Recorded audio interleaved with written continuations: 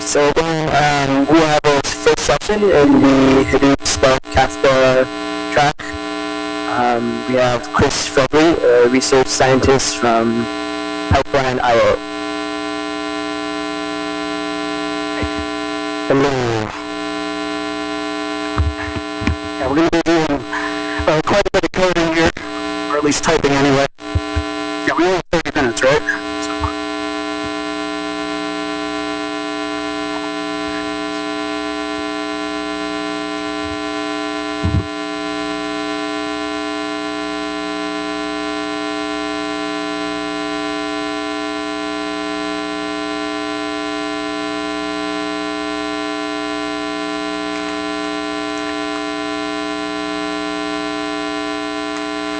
Okay. Yeah, guys, thanks for having me. I think this is the second year I've spoken. Yeah, very excited. I think last time I was here, I showed you guys the 1.0 version of this. It's sort of loosely, based on Spark versions, but I think since the last time we've expanded way beyond Spark. So, to give you guys some context here, we're going to start with the demo where we all participate. Oh yeah, but you guys don't have Wi-Fi. So, yeah, do you guys have anything on your cell phones? Can you get anything on your cell phone? Pretty much no? Yeah. Okay, so then I have JMeter set up. I want to simulate it. But, so all of the things I'm going to talk about today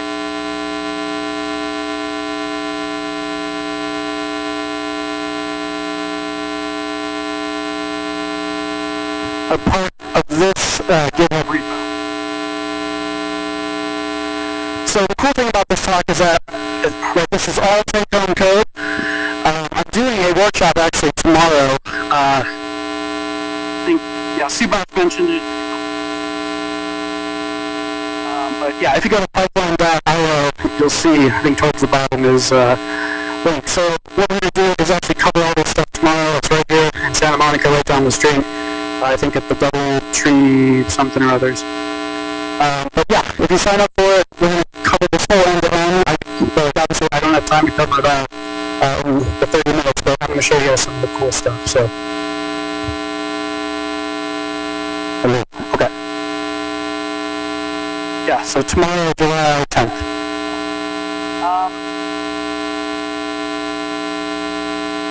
Give you guys kind of a high-level overview of all the things that we'll sort of touch on right now, and then of course tomorrow in more depth. But there's this sort of sample app that I've used throughout the last couple of years called Spark After Dark, which has kind of a creepy dating site undertone to it, which I love. I'm a huge fan of dating sites. That's why I love coming to LA, because I'm surrounded by eHarmony and I Snapchat dating sites, sure, Tinder and all that down here. So this is what, if you could get to your, if you go to demo.pipeline.io and just kind of click around, click three actresses that you may want to go out for a beer with.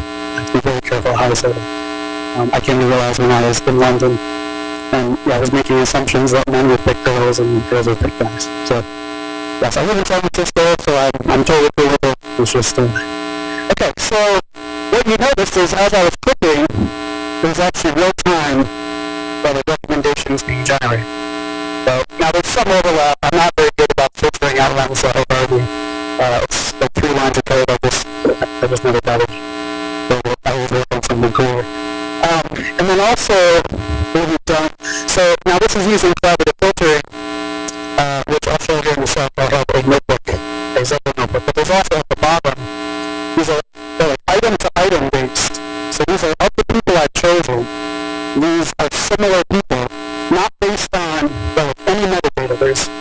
I know nothing about these people, right? The color of their skin, their hair color, their gender, anything.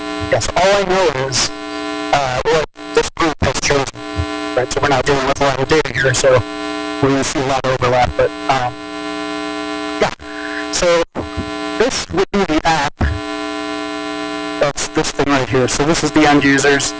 Each time that you click, it would go to Kafka. It's using Kafka REST API.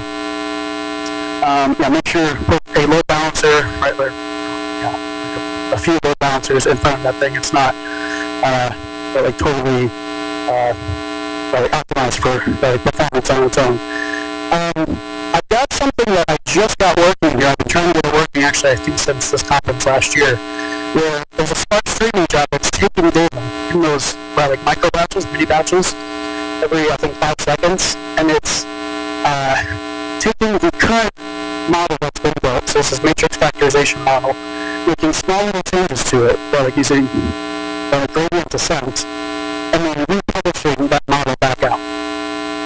Okay, so the first couple iterations, actually the first year of this workshop, I was doing all this stuff where I would take the data, stick it into Cassandra, and then process it here with these Zeppelin notebooks.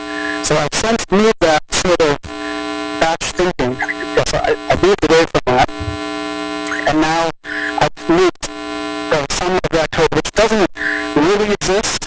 But like I don't really know too many people doing this. That's why I took sort of a partial project that one of my old coworkers at Databricks built, sort of productionized it, put it behind Spark streaming.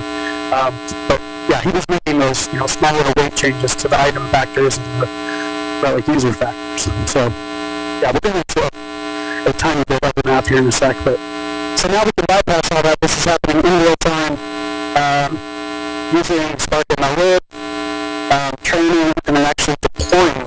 So that's step number 4 out of 5. So we're actually skipping step 3 here, and we're not even storing. Yeah, so this is kind of interesting, right? Because if we do need to get to some of this data again, well, we can assume it's in Kafka for maybe 24, 48 hours. Yeah, we would work with the ops guys to tune that. The like happy data engineer person right there.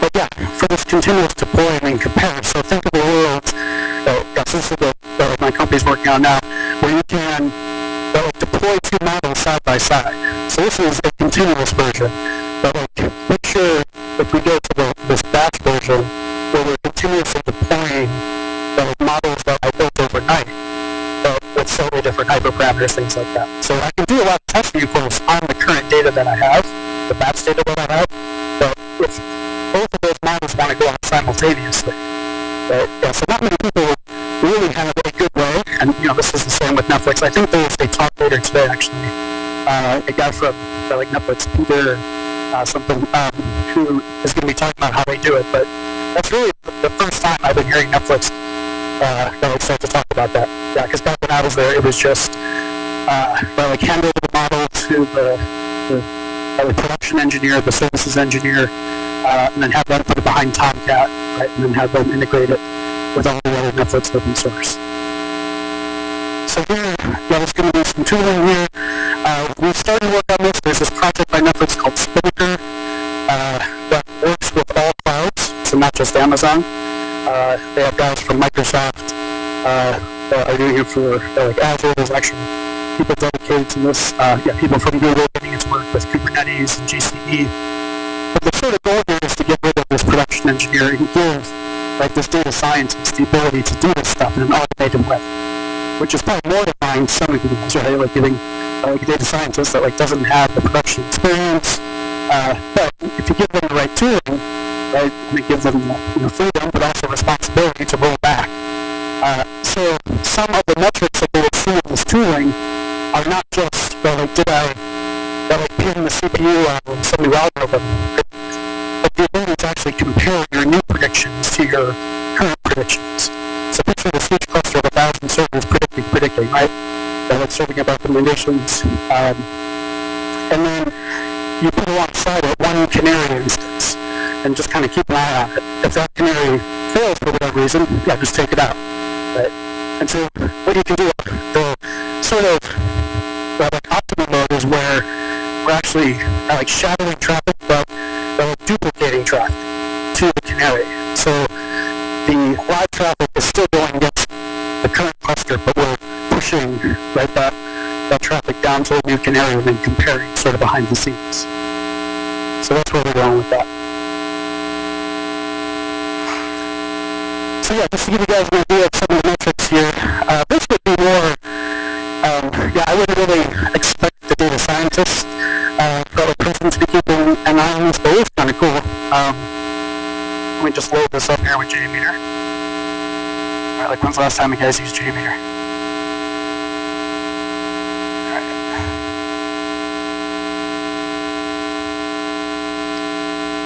I think I can actually...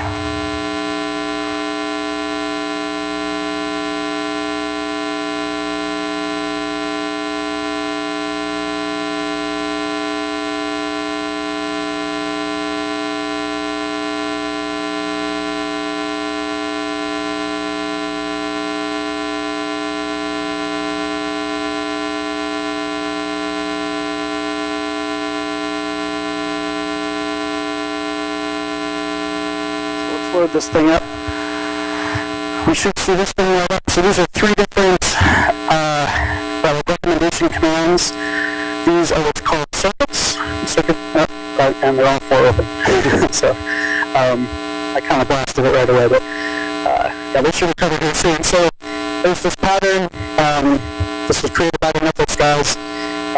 So now this should be interesting to people who are thinking about putting their models out in production, and who right now just put them behind a Flask service, right? Like a Python service or just some bare bones Tomcat, right? So that's not good for like production use cases, right? And so what we're trying to do is sort of bring the like Netflix battle testedness, and battle infrastructure, but make it super easy from the actual notebook to be able to deploy it. So.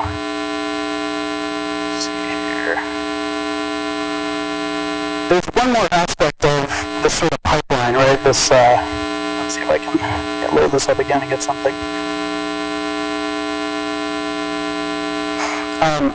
So there's the ability to actually do code generation, right? So not just actually deploying the data that comes out of your recommendations. So picture that like SparkML has like ALS, which is alternating least squares, where it's actually the output of that is the user and all of the recommendations, right?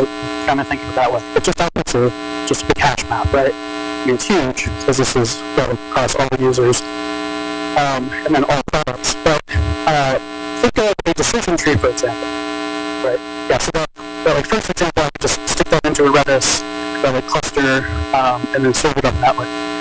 With the second case, picture a decision tree, right? So I can actually get the output of a decision tree from my Zeppelin output.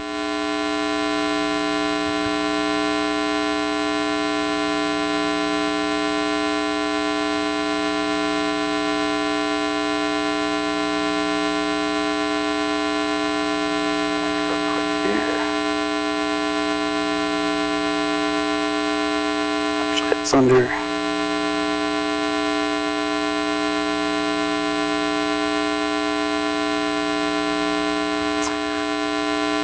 Okay, so I have IPython up here too, Python Spark, SparkML, decision tree. So,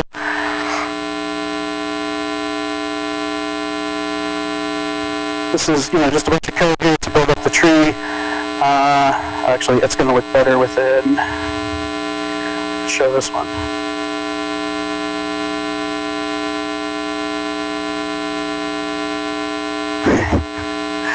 And that one's busted, but I think, okay, yeah, so here's the tree, this is all I want. So, this is a big if statement, right? This is very, very easily code generated. There's been some work, there's been some pull requests against Spark that have been sitting out there for a while that do just this. So Spark internally uses this product called Janino, this open source project called, it's Jonino. And you can dynamically create Java classes, expressions, things like that. So picture a button over here. So I haven't gotten the actual UI stuff working, but where you right click and say generate Pojo. And it's just going to generate a plain old Java object with an if statement that's fully optimized. It's got all the L1, L2 cache stuff in mind. So this is stuff that H2O does this. So you can go into a model with an H2O and you can right click and say generate. So yeah, this would generate a Pojo. There's going to be a step that would swap in this new class. really do some cool stuff with the class loaders, which ends up being a pain in the ass, but the sort of, okay, so that's the other part of productionizing these things. There's code generation we can do, and then there's actual, data pushing.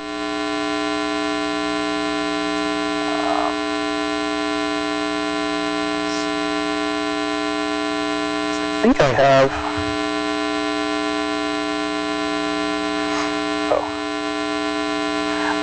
Yeah, there's one more part of this too. So, I was just working on this last night at the hotel. I've got, actually, TensorFlow is now integrated with the Netflix. So there's these sidecars you can create, right, where you can have this, so TensorFlow is written in C++, right? Not very Java friendly. I can't just stick in Netflix OSS Java for discovery and for metrics and things like that.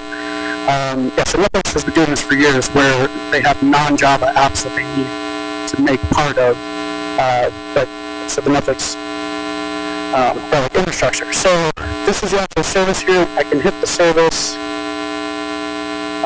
Just to warn you, these classifications take a long time, like 2 to 3 seconds. But yeah, this is actually calling through and going through, it's passing through the Java code out to the C++ code, and then with this cropped panda thing, I just have the cropped panda hard-coded because I haven't done the actual wget, where you pull the image down and all the cool stuff. I always focus on the boring hard stuff, and then I always just kind of leave behind. So yeah, here's an example of all the same infrastructure, but both TensorFlow and Spark as well. So the goal would be to support serving both models. Okay, so that's like the latest and greatest stuff I've been working on. Since I was last here, I want to show something pretty slick here. Yes, as you know, I continue down this path of building a dating site in my spare time, which sort of powers a lot of the research I did. There's actually quite a bit of cool things that come out of these things. So, has anyone heard of this term eigenfaces? Eigenvalues and principal component analysis, that kind of thing. So imagine taking, Tinder, for example, the app Tinder. You're swiping on, swiping. Each time you swipe right and say, yes, I like this person, right? You can build this sort of eigenface, right? This sort of, if you want to think of an average, that's not the right term, but think of just sort of this average face that the system can learn. And I think empirically it takes about 150, maybe 160 swipes, and then from that point on, you can actually have the system auto-swipe for you, right? Because you're a busy person, right? Male, female, undeclared. And so if you can automate this to the point, so I'll show you some examples. I pulled down this data set that I found fairly recently. I'm surprised it's taking you this long to find it. It's called Label Faces in the Wild. Yes, anyone use this? Label Faces in the Wild?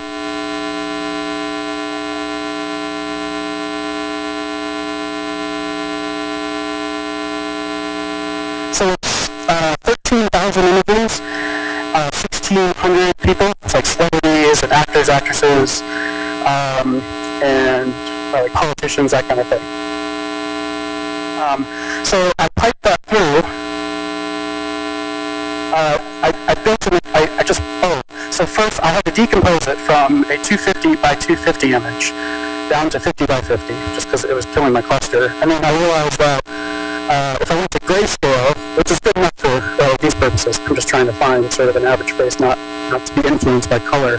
Every pixel, I just need one number, just the grayscale number, not RGB, so that reduced the data set. So the end result, once I found the top 8 principal components, is this. So this is of these 13,000 images. So these are sort of, and my principal components are the most, they explain the most variance within the data set. And you pick the number that you're looking for. It's similar to k-means, where you don't really know it, but you just kind of keep keep like iterating on it until something pops out that looks interesting. So now that I can represent each image as in this new 8-dimension space, right, instead of the old 50 by 50 space as I downsize it to 50 by 50, stretch that out, it'll be 2,500 pixels. But yeah, Spark's not going to like that. So now I can take each image, downsize it into this new 8-dimension space, and what do we do? So now I can feed in an image. This one I happen to choose Tom Cruise, and I'm now going to and so I can each of these images now can be represented by this 8-dimension vector. Right? So now I can do cosine similarity. Here I'm just doing brute force cosine similarity, where I'm comparing the first one to all the others, second one to all the others, that kind of thing. It's Cartesian. It's not the best, right? There's other like approximation techniques, like LSH and things like that. So I take Tom Cruise, I compare him to all the others based in this 8-dimension space with cosine similarity. These are the people that come out. Does anyone know who this lady is? Okay. Candace Sutton. So we have 2 women so far. I don't see gender anymore. I just have LASIK. Yeah, that's my joke, is I don't see. And then Yuri. Yeah, so this guy's pretty famous. He's the first astronaut to marry someone in space who was back down on Earth. So yeah, she was on Earth and he was in space. Unfunny. Yes, I think he looks the most like Tom Cruise. And Cheryl did. So this is where you can do item-to-item similarity. So say that I've chosen Tom Cruise as I've been spoken along.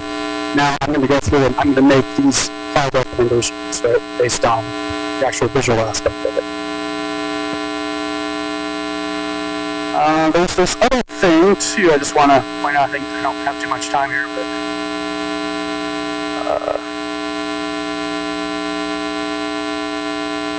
pathway recommendations. So this is something I was sort of inspired by my days at like Netflix, and then combining with my dating site fetish. So let's say that you have you've found someone online, you found someone that's like you've been dating a little bit, trying to get to know each other. It's a Friday night, you can't figure out which movie to watch. I want to watch Toy Story. He or she wants to watch so Sudden Death, and trying to figure out what's in between here. So I don't want to just have to decide between these two. I want to find similar items in between. Right? So we can combine similarity graph with the heaviest path through Dijkstra based on similarity. Now here at similarity, I'm just doing it very, very naive. I'm just taking the genres and doing Jacquard similarity, right? So the Jacquard similarity does look for sets and like genres like comedy and classic and all that stuff. Those are sets, and then figuring out the overlap. So that's the similarity definition I'm using here. Let's see. There's Jacquard similarity there.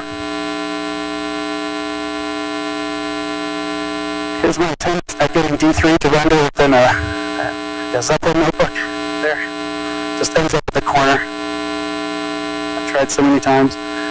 And here's the heaviest path. So this is what we end up with here. So once again, my choice was Toy Story. Here's the recommendations based on the genres. So yeah, Jumanji. Or like, is that Jonathan Taylor Thomas? Yeah, one of my sister's favorites growing up. Yeah, so mine too. 007, Heat, and then Sudden Death. So you can kind of see it's getting like a little bit, there's some overlap maybe, and so there's more complex ways to do it, right? If it's shared actors, actresses, if it's the same seat or the same city. And one last thing to highlight, we're going to cover this more tomorrow, but all this code is here, and I want you guys to know about it. If you come to the workshop or not, this is all here for you. This is getting standard core NLP integrated into a Spark pipeline, like an ML pipe, Spark ML. This is actually one of the most difficult things, and I didn't even really write a lot of it. I just integrated it in. But just getting all because standard OP has like 500 megabyte English model and Spanish model and Chinese model and things like that. So we're trying to pull all this in and then put it on the class map. I was trying to pick a good example. I was speaking in I think it was Austin, Texas. Yes, I'm a big country music fan, so I decided to pipe through 100 top country songs by some website that claims that they know the top 100 country songs. And I took the lyrics, and because someone told me that like country music is depressing, it's sad, and I was trying to figure out if this is why. I've been perpetually depressed all my life, kind of thing. So it's not looking good for country music. The green is surprisingly negative. This is also what happens when you try to integrate D3 into your Zeppelin notebooks. So be careful on that. I think it's like that. Yeah, it's not good.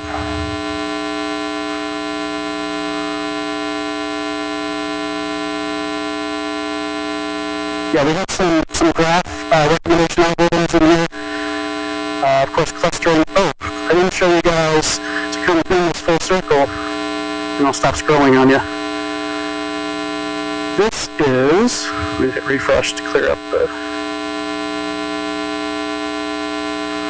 So this is matrix factorization. This is what I was talking about at the beginning of the talk, right? When I said, as we were clicking along on this page, we were actually making small updates here and here, right? So we were clicking this demo, and these numbers will change slightly. So the sort of intuition here behind matrix factorization is this would be your light graph here. This is, each time I've swiped right would be a 1, or like for this demo, if you do the thumbs up, that's a 1, and then 0 is if you don't like them, or, I didn't really give you guys a dislike, but sort of but if you can factor this matrix out, take a snapshot of it, factor it out into 2 smaller ranked matrices, that'll 2, and that rank is k, which again is that sort of magical number that if I see k, I know I have to keep sort of iterating, right? Because I don't know if k, and now, so the sort of end result here is that I can multiply this matrix by this matrix and get as close to this matrix as possible. So the way to do it is alternatingly squares. This is one technique where you hold this side fixed, and you alternate, and then do linear regression here, back, forth, until you get below some convergence threshold, or hit some sort of maximum number of iterations. Now, what's cool is that I mentioned before that this item-to-item similarity, so this is the item factor matrix. So I mentioned before with like images where we can now represent each item by these numbers. So this second column, this is that second item, but now reduced into the smaller space. And these numbers are based on this collaboration, right? Yeah, so before those numbers, for like the images, those were based on the PCA, like vectors, what came out of there. So this is purely this is collaborative. So now I can actually do item-to-item similarity where I take this one, compare it to all the others, take that one, compare it to all the others. But not the most scalable, because this is Cartesian. But so this is exactly what's going on here. But like down here, where I think there's one for every one I've clicked, just because my UI skills are pretty bad. But I have to clean this up a little bit. And then dedupe, of course. But so this is the sort of overall, and then this is the actual item-to-item similarities. Yeah, so this is what you would normally get out of Spark, right this way, which is that sort of hash map where, this is my user ID, he's chosen these things, show me the recommendations, right?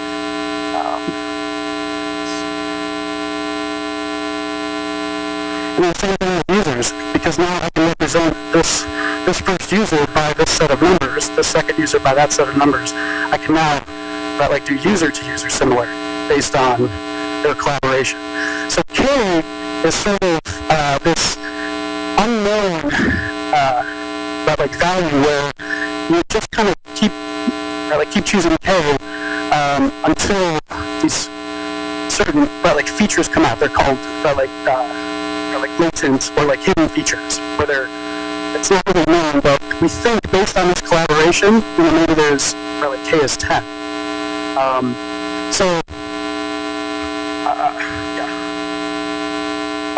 And so this is actually, this is one way that like Netflix, for example, does their like cluster analysis. So you can actually run k-means on this as well. So you can do item-to-item similarity, but you can also find clusters. And so this is where you would find clusters that are really obscure, that like Canadian horror films between the ages of 20 and 29, right? They're like targeted to the ages of. So it just depends on K, and then where things fall. You can keep like tuning. So. Thanks for coming. Yes, I feel like Mick Jagger out here. I'm like, Steven Tyler.